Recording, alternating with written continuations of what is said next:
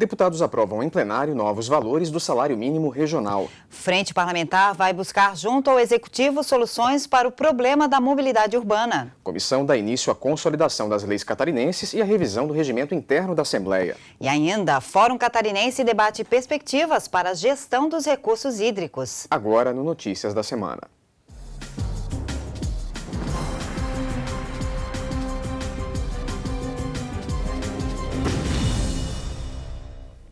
Os trabalhadores catarinenses receberam a garantia de que as negociações entre empresários e centrais sindicais do Estado vão mesmo sair do papel.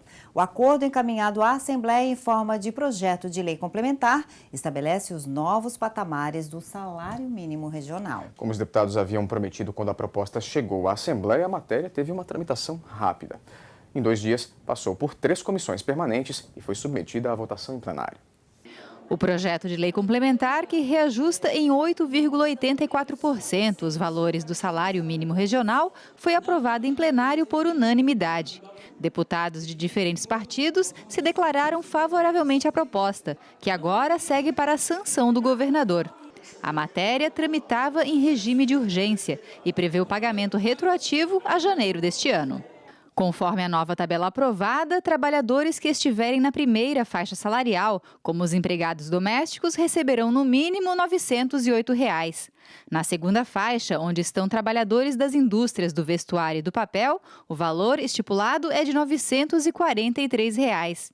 Para a terceira faixa, onde figuram trabalhadores das indústrias farmacêuticas e da alimentação, o novo mínimo será de R$ 994. Já para a quarta e última faixa, onde estão trabalhadores das indústrias metalúrgicas e de porcelana, entre outros, o novo salário mínimo regional será de R$ 1.042. A expectativa é que mais de 1 milhão de trabalhadores catarinenses sejam diretamente beneficiados com os novos valores do salário mínimo regional para 2015. O reajuste é resultado de consenso entre as federações empresariais e as centrais sindicais de trabalhadores do Estado, que começaram as negociações ainda no final do ano passado. O reajuste é importante porque você garante um piso mínimo para os trabalhadores, porque até a criação dessa lei, em 2010, ela não tinha um salário mínimo que garantisse, tinha apenas o salário mínimo nacional. Então, no estado de Santa Catarina, hoje ele tem um piso salarial estadual, que nenhum trabalhador pode ganhar um salário mínimo menor do que o piso salarial estadual. A partir de 2010, os trabalhadores de Santa Catarina passaram a contar com um salário mínimo regional. Atualmente, ele é superior ao mínimo nacional em R$ 120. O deputado Dirceu Dresch, do Partido dos Trabalhadores, apoiou a nova tabela.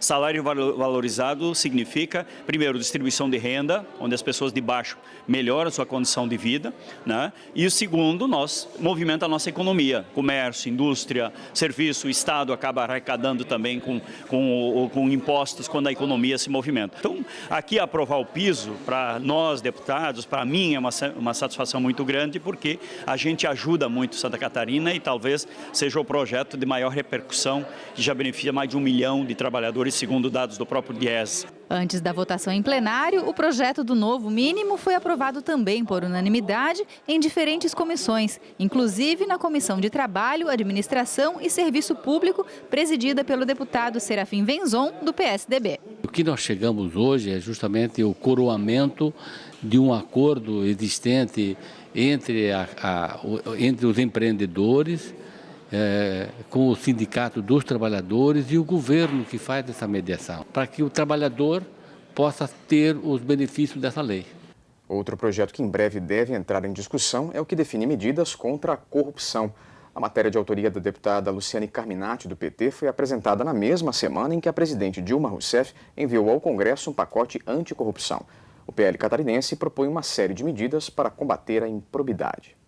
A deputada Luciane Carminati, do PT, protocolou o projeto de lei que dispõe sobre o registro das declarações de bens e a variação patrimonial com sinais de enriquecimento ilícito de agentes públicos no exercício de cargo ou emprego público estadual. É um projeto de lei que visa exercer um controle maior por parte do Tribunal de Contas nos casos de visíveis e de suspeição do enriquecimento ilícito dos agentes públicos. Agentes públicos esses entendidos, no caso de Santa Catarina, os parlamentares, o Poder Executivo, os servidores públicos, contratados, designados, que exercem função eletiva ou de carreira. A deputada vem discutindo o projeto desde o ano passado junto ao Tribunal de Contas do Estado, pensando na adequação que o órgão terá que fazer em sua estrutura.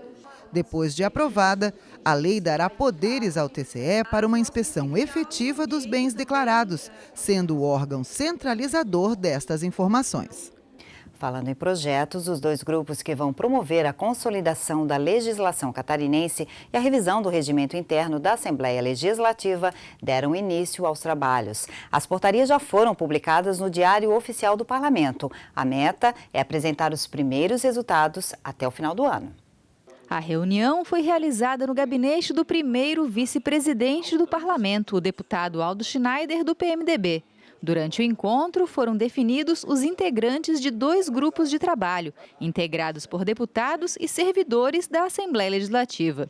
Um dos grupos vai atuar na revisão e aperfeiçoamento do conjunto de normas que rege o funcionamento do Parlamento, conhecido como Regimento Interno. O nosso regimento interno é datado da última revisão dele em 2005 e, evidentemente, em 10 anos houve avanços, houve coisas que nós pensávamos lá 10 anos atrás que hoje nem se usa mais. E tem tantos outros assuntos que são recorrentes nos dias de hoje que não estão previstos no regimento. Então é uma questão de que nós vamos aperfeiçoar e melhorar o regimento interno no que tange à funcionalidade do Parlamento. O grupo de trabalho que vai fazer a revisão do regimento interno será coordenado pelo servidor público Pedro Mendes, auditor fiscal que atualmente trabalha na vice-presidência do Parlamento. Serão realizadas reuniões semanais e o grupo vai colher sugestões entre os diferentes setores da Assembleia Legislativa. Nós já temos, agora que está sendo constituído a comissão, mas nós já temos sugestões de melhorias no nosso regimento interno. O deputado Coruja já apresentou algumas sugestões e quero crer que a participação de todos os deputados, dos líderes de bancada, vai deixá-lo bem mais, eu diria, bem mais efetivo. Um segundo grupo de trabalho vai atuar na consolidação da legislação catarinense. O ponto de partida será um trabalho desenvolvido pela Universidade Federal de Santa Catarina, que, em parceria com o Parlamento, analisou mais de 18 mil leis catarinenses. Foram mais de 2 anos e meio de trabalho, que resultaram em 80 volumes entregues para a Assembleia Legislativa no final de 2013. Além de reunir as normas por temas, como tributário ou financeiro, a consolidação também apontou mais de 1.200 leis que poderiam ser revogadas imediatamente. Na prática, nós vamos fazer uma limpeza, falando de uma forma didática, nós vamos fazer uma limpeza nas quase 17 mil leis que existem no estado de Santa Catarina. Dentre elas, milhares já não têm mais validade, mas de que fazem parte do acervo da Assembleia Legislativa. Esse trabalho da consolidação de todas as leis, o que nós vamos fazer através de projeto de lei, logicamente, aprovado, tramitando em todas as comissões, depois aprovado em plenário, juntar, compilar, excluir aquilo que não tem mais validade e deixar as leis atuais que estão vigindo nesse momento em Santa Catarina. O consultor legislativo Neroci da Silva Halp, que atua na Procuradoria da Assembleia Legislativa, é quem vai coordenar o grupo de trabalho para a consolidação da legislação catarinense. Todos que vão ter acesso à legislação vão ter a condição de acessar por temas, matérias conexas, matérias afins. Em destaque especial é uma legislação muito importante e que atualmente ela tem um pouco de dificuldade de ser acessada. Eu dou o exemplo da legislação tributária catarinense. Então, toda essa vigência dessa lei depende de convênios com o CONFAS e então é importante que ela seja atualizada numa forma de uma espécie de um código tributário catarinense. E veja ainda hoje, frente parlamentar criada aqui na Assembleia Legislativa vai buscar junto ao Executivo soluções para o problema da mobilidade. Em instantes aqui no Notícias da Semana.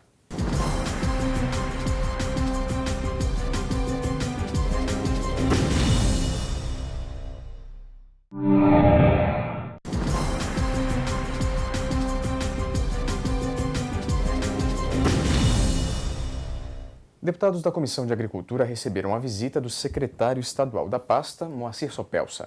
O titular veio falar das ações do governo na área e destacou os desafios do setor. O trabalho familiar em pequenas propriedades e o sucesso das grandes agroindústrias fazem de Santa Catarina um estado privilegiado no setor. Mas tanto o secretário Moacir Sopelsa quanto os membros da Comissão de Agricultura e Política Rural da Assembleia Legislativa concordam que muito precisa ser feito. O nosso agricultor ele faz de uma propriedade pequena uma grande produtora de alimentos. Então nós temos que ter a sensibilidade, o poder público, de dar qualidade de vida para esse produtor. As estradas sempre são as piores que tem para o interior. A comunicação é sempre a mais difícil. Os preços, às vezes, o produtor às vezes paga para produzir. Então nós temos que ajudar a construir uma política agrícola para valorizar esse setor e para nós termos a facilidade de ter alimento na mesa, né? Não só do nosso país, mas como nós somos grandes exportadores de alimento. Para o presidente da comissão, deputado Natalino Lázari, do PR, o resultado do encontro reuniu sugestões dos parlamentares e o plano de trabalho do governo. Como resultado, ações que devem beneficiar os pequenos produtores rurais, os empresários e as agroindústrias. Os senhores deputados que fazem parte desta comissão trouxeram para esta reunião sugestões estratégicas para este setor importantíssimas, que podem ser adotados, eu fazendo aqui um parênteses, podem ser adotados como plano de trabalho efetivamente desta comissão e passar isso como sugestão ao secretário de Estado e, consequentemente, para o governador do Estado de Santa Catarina.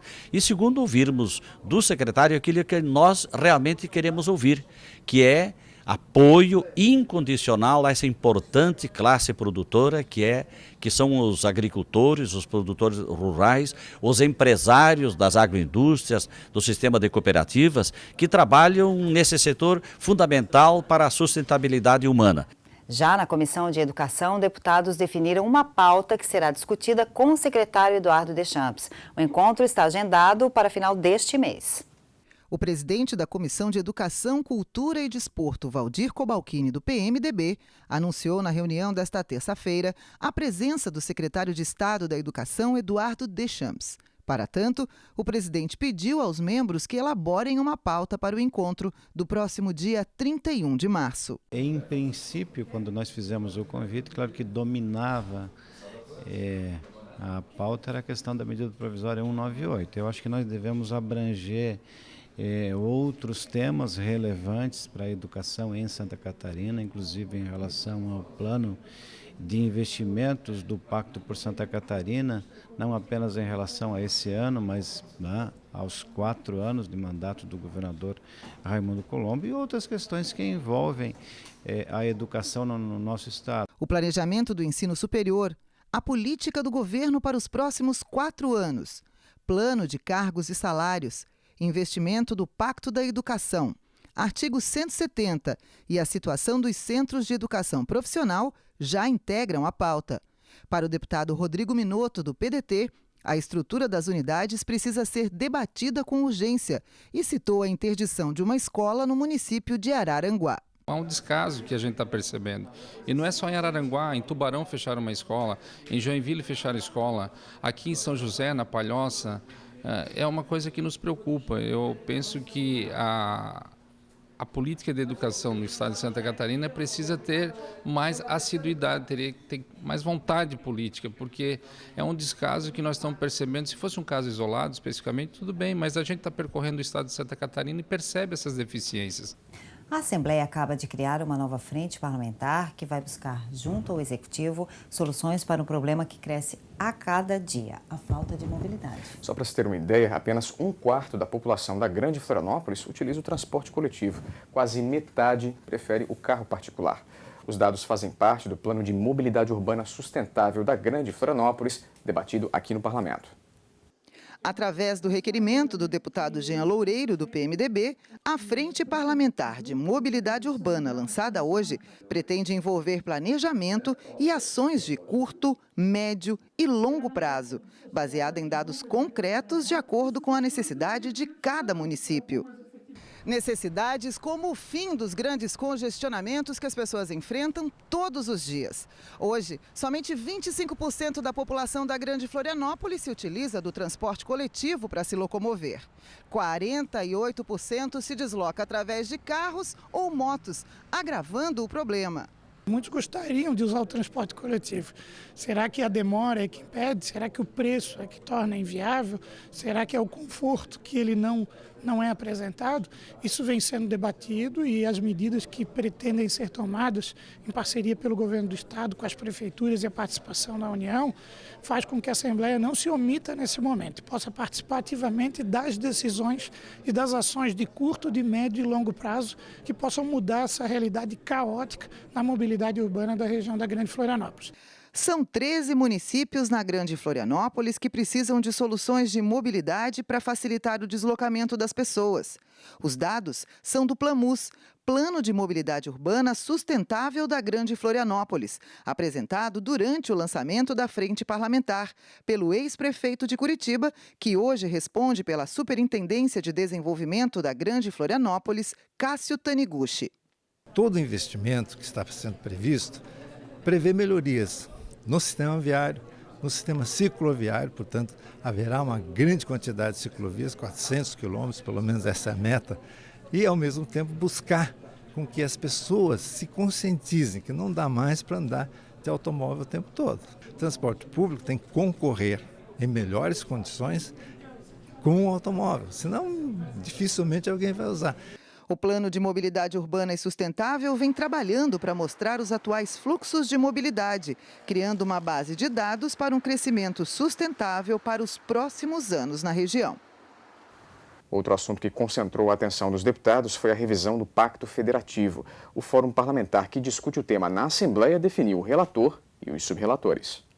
O deputado Fernando Coruja, do PMDB, reuniu-se com parlamentares para designar um relator geral e subrelatores para o Fórum Parlamentar pela revisão do Pacto Federativo.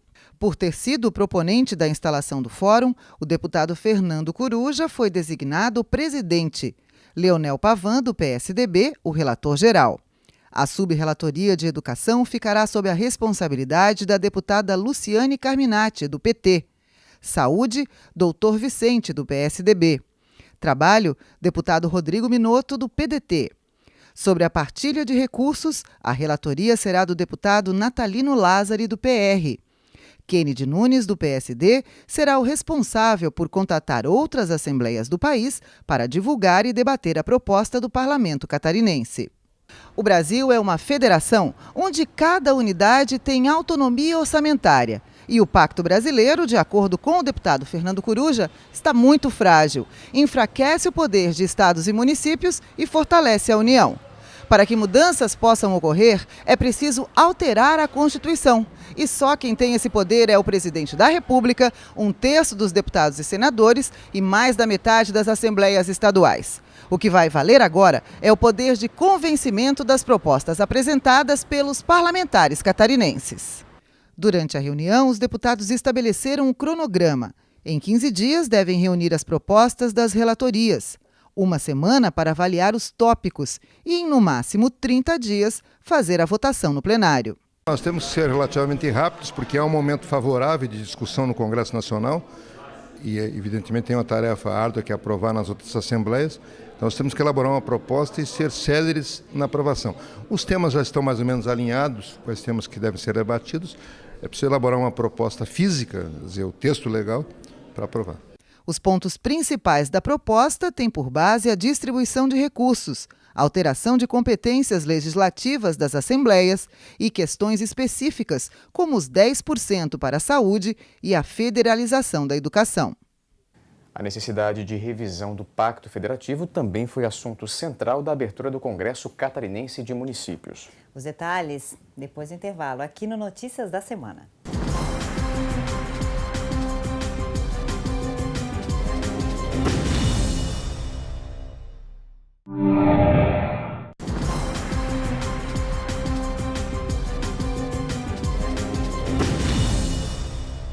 A Assembleia Legislativa sediou a realização do Fórum Estadual de Preservação da Água. O encontro que trouxe para a discussão temas como os desafios e perspectivas para a gestão dos recursos hídricos aconteceu às vésperas do Dia Mundial da Água, comemorado neste domingo. A crise vivida hoje em todo o país com a escassez da água foi uma das principais preocupações discutidas no fórum.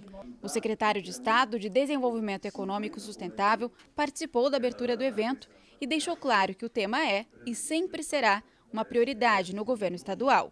O governo Raimundo Colombo tem como prioridade fortalecer a participação da sociedade nos comitês de bacias que estão em todas as regiões e divulgar e realizar diretamente, como por exemplo com o SC Rural, programas de preservação dos mananciais, das nascentes. Então vamos tratar com muita atenção esse tema, vamos pautá-lo como prioridade absoluta para levar adiante as políticas públicas de uso racional e quantificado da nossa água. O Fórum Estadual de Preservação da Água foi realizado pela Comissão de Turismo e Meio Ambiente em parceria com a Secretaria de Estado de Desenvolvimento Econômico. O evento é uma oportunidade de discutir soluções em busca de melhores perspectivas para o futuro. A parceria da Comissão de Meio Ambiente da Assembleia com a Secretaria de Desenvolvimento Econômico Sustentável vem trabalhando em conjunto, desde uma normatização, com projetos de lei que possam regularizar todo o sistema e muito mais, ações concretas que possam utilizar a água como fonte de energia, mas principalmente preservando os seus mananciais, garantindo um abastecimento necessário à população, diferente de crises enfrentadas em outros estados. O evento é alusivo ao Dia Mundial da Água, comemorado neste domingo. A água em excesso e a água em escassez, elas são problema. E para evitar esse problema é necessário muito trabalho, muito planejamento e gestão. E é conscientizar a sociedade de que a água ela é um importante insumo para o desenvolvimento e para a qualidade de vida das pessoas. Nós temos que procurar fazer com que aquele desenvolvimento que polui realmente tem que ser combatido. Aquele desenvolvimento sustentável cada vez mais ser aperfeiçoado. Hoje a questão ambiental é uma ciência e nela cada vez mais nos convencemos que é possível sim, o homem tem a inteligência de podermos viver melhor e ter uma qualidade de vida melhor. Outro assunto que entrou em discussão foi a necessidade de revisão do Pacto Federativo. Foi durante a abertura do Congresso Catarinense de Municípios, realizado aqui em Florianópolis. O evento reuniu autoridades das 3 esferas do poder público e contou com uma palestra do ministro das Cidades, Gilberto Kassab.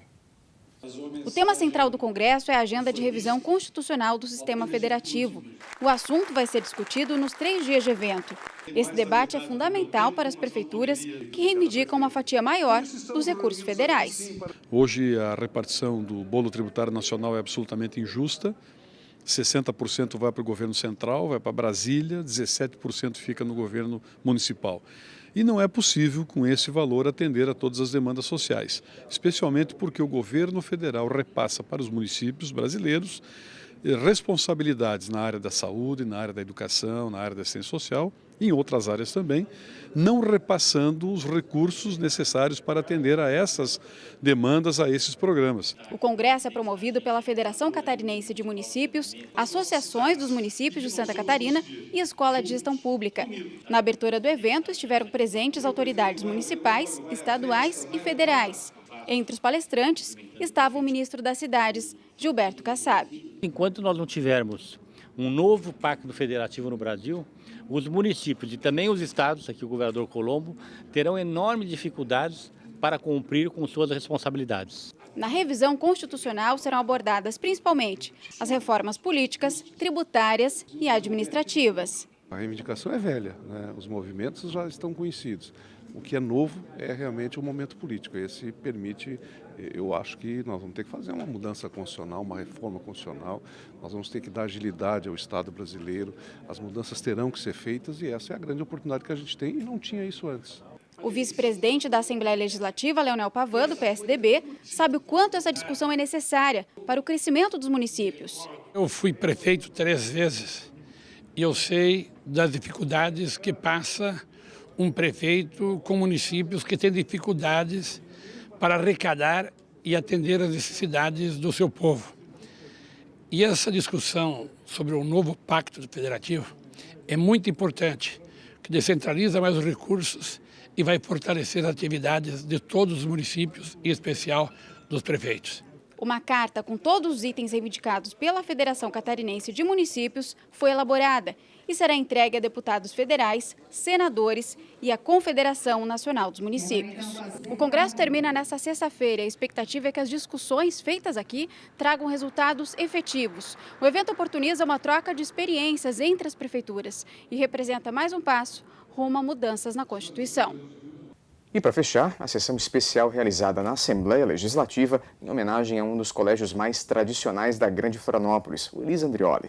A instituição de ensino particular tem mais de 1.500 alunos e acaba de completar meio século de vida.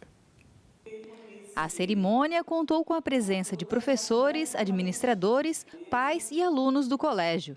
Durante o evento, pessoas que contribuíram para o desenvolvimento da unidade de ensino ao longo das últimas 5 décadas foram homenageadas. A irmã Maria Carmen Andrioni, diretora-geral do Elisa Andrioli desde 2009, falou sobre a homenagem oferecida pela Assembleia Legislativa. Nós estamos assim muito felizes, empolgados, com todas essas celebrações. Durante o ano nós temos vários eventos onde os 50 anos serão recordados continuamente. Então a comunidade educativa está feliz realmente. Localizado no bairro Barreiros, em São José, na Grande Florianópolis, o Colégio Elisa Andrioli é uma instituição de ensino particular que pertence à Congregação das Servas de Maria Reparadoras. Quando foi criada em 1965, eram apenas 90 alunos, do jardim de infância e classe de alfabetização. Atualmente, são mais de 1.900 estudantes, atendidos por 140 educadores, em turmas que vão do infantil até o terceirão. A diretora pedagógica, Zoraia Rabelo da Silveira, falou sobre a estrutura oferecida pela unidade de ensino. Hoje, o nosso colégio, todas as salas são contempladas com lousa digital, livros digitais, toda a tecnologia mais moderna hoje nós temos no colégio. A tecnologia, mas não abrindo mão da qualidade dos profissionais, e a formação dos nossos profissionais continua sendo o nosso grande compromisso. A deputada Dirce Heiderscheid, do PMDB, foi a proponente da sessão especial. Ela destacou os valores adotados pelo colégio, voltados para a construção de uma sociedade mais justa e fraterna. Bastante importante para o município de São José, para a instituição Elisa Andrioli, porque, afinal de contas, é uma instituição que traz com ele o lema da família, da ética, da responsabilidade e, principalmente, da qualidade no ensino. Por hoje é só, Notícias da Semana vai ficando por aqui. A gente se vê semana que vem, no mesmo horário.